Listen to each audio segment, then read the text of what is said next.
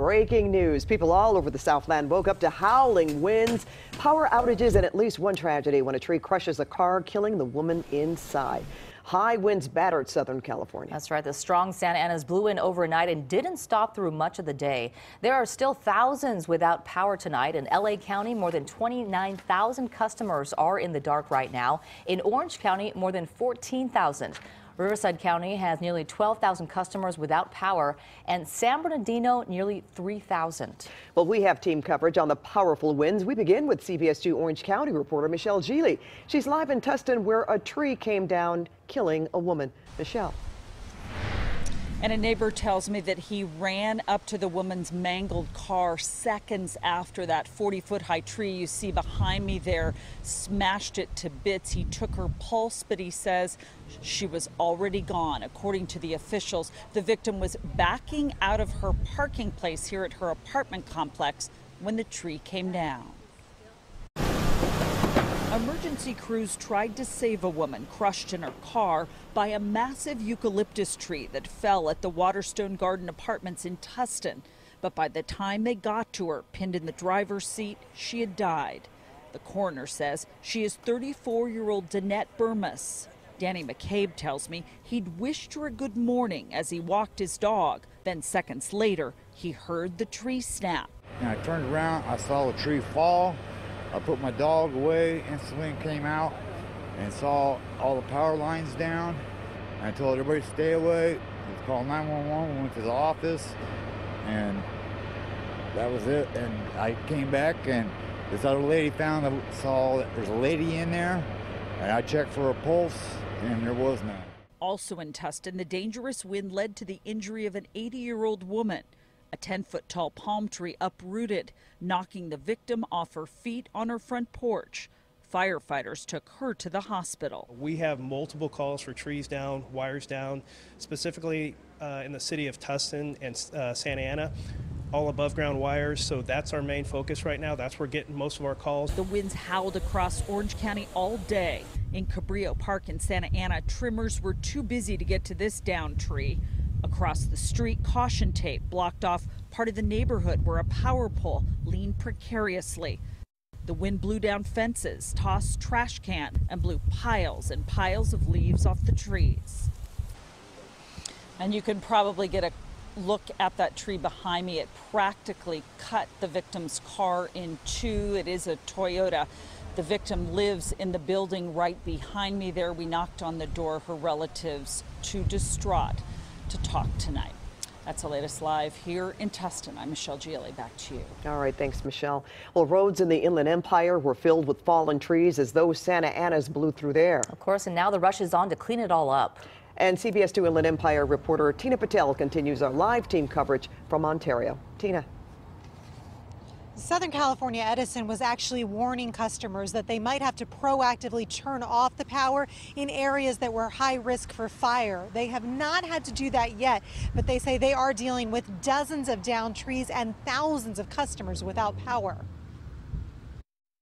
Donna Marasco got a little worried when she saw a fire truck pull into her Mira Loma neighborhood. She runs a riding center and she wanted to make sure her animals weren't in any danger. We have an evacuation plan, but we just want to stay one step ahead. So if we see a fire truck when it's windy like this, we want to make sure.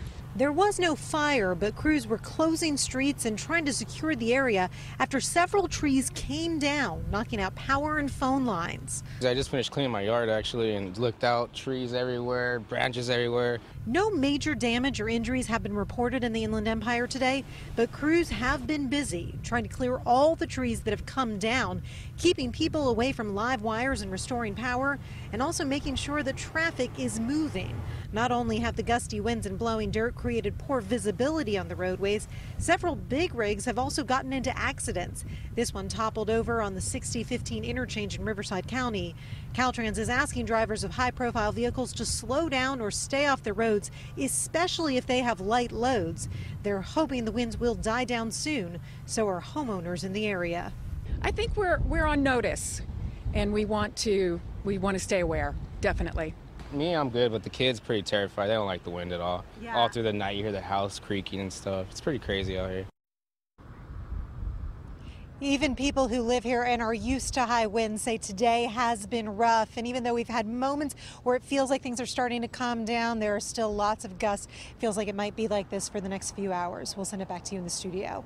All right, Tina, thank you. And let's go now to our Garth Kemp tracking all these winds and red flag warnings. Garth. Yeah, well, we continue on. We're getting a slight break in the action, which is normal when we get these Santa Ana events for the evening hours. It'll start to just go down a little bit right now and then pick back up. Let me show you what's happening wind speed wise. We're obviously offshore, 20 miles an hour in Lancaster, about 12 Riverside. So we are dropping off right now. These are the sustained winds. You obviously pick up some higher gusts throughout the area, but the damage is done. The humidity right now downtown LA at 5%. So the red flag warning continues on. The wind advisory down just south by Oceanside in the coastal of the Anaheim area will continue through about 6 o'clock tonight. But for LA and Ventura County areas, that will roll on through tomorrow. The red flag warning also continues on through tomorrow as well. Coming up, we'll talk about tomorrow. The winds are going to pick up again, and then how the rest of the week looks like as well. Please be vigilant if you're out walking your animals, especially by tall eucalyptus trees. We always talk about that. Some of these winds have been gusting up to 60 miles an hour. And please make sure your gates are secure so your dogs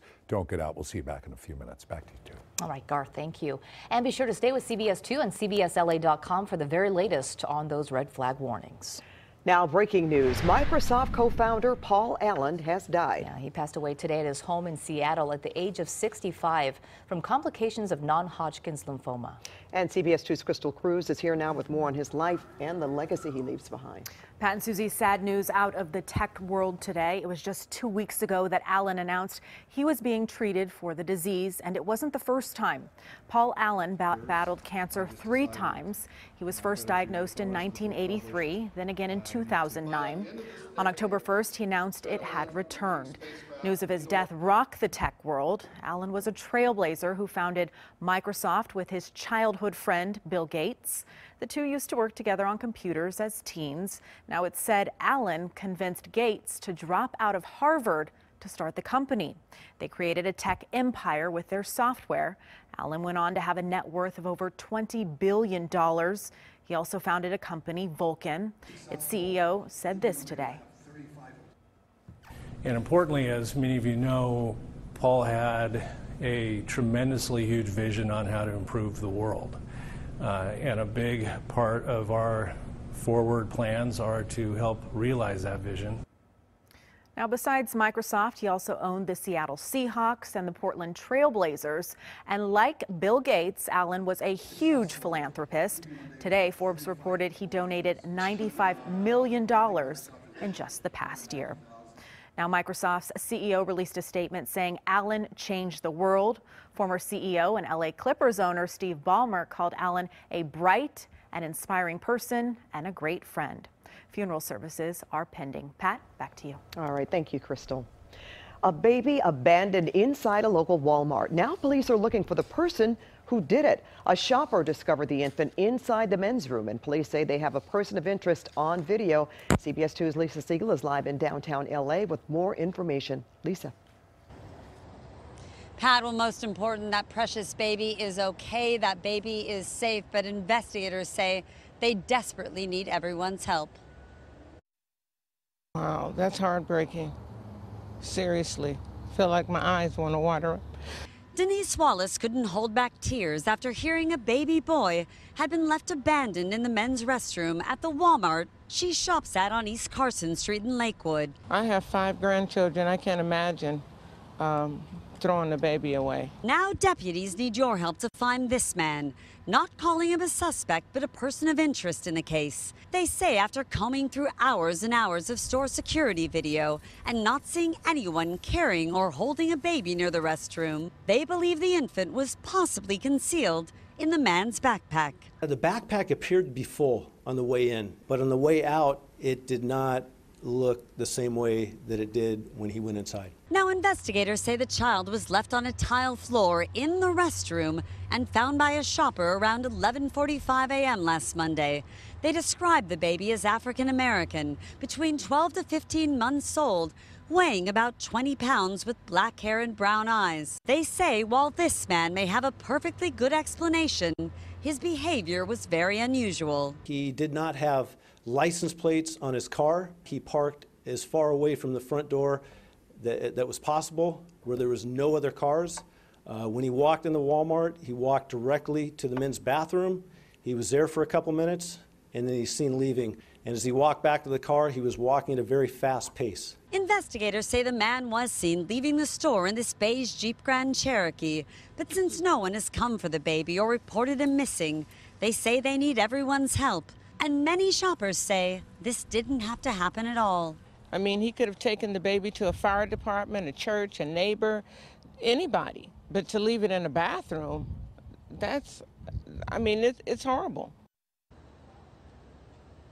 And again, the baby is safe. If you have any information on that infant or the man you saw in this story, contact the LA County Sheriff's Department. In downtown, I'm Lisa Siegel, CBS 2 News. Now back to you. All right, thank you, Lisa. Well, next here at 5 o'clock, was a Saudi Arabian journalist's death the result of an interrogation gone wrong? Plus, breaking news involving Stormy Daniels' defamation lawsuit against Donald Trump. A judge hands down his decision. Next at 5. And severe flash flooding creates a river of wine where all of this alcohol went to waste. Then, are we on the brink of a global beer shortage? Why scientists believe climate change could affect the price and supply of your favorite brews.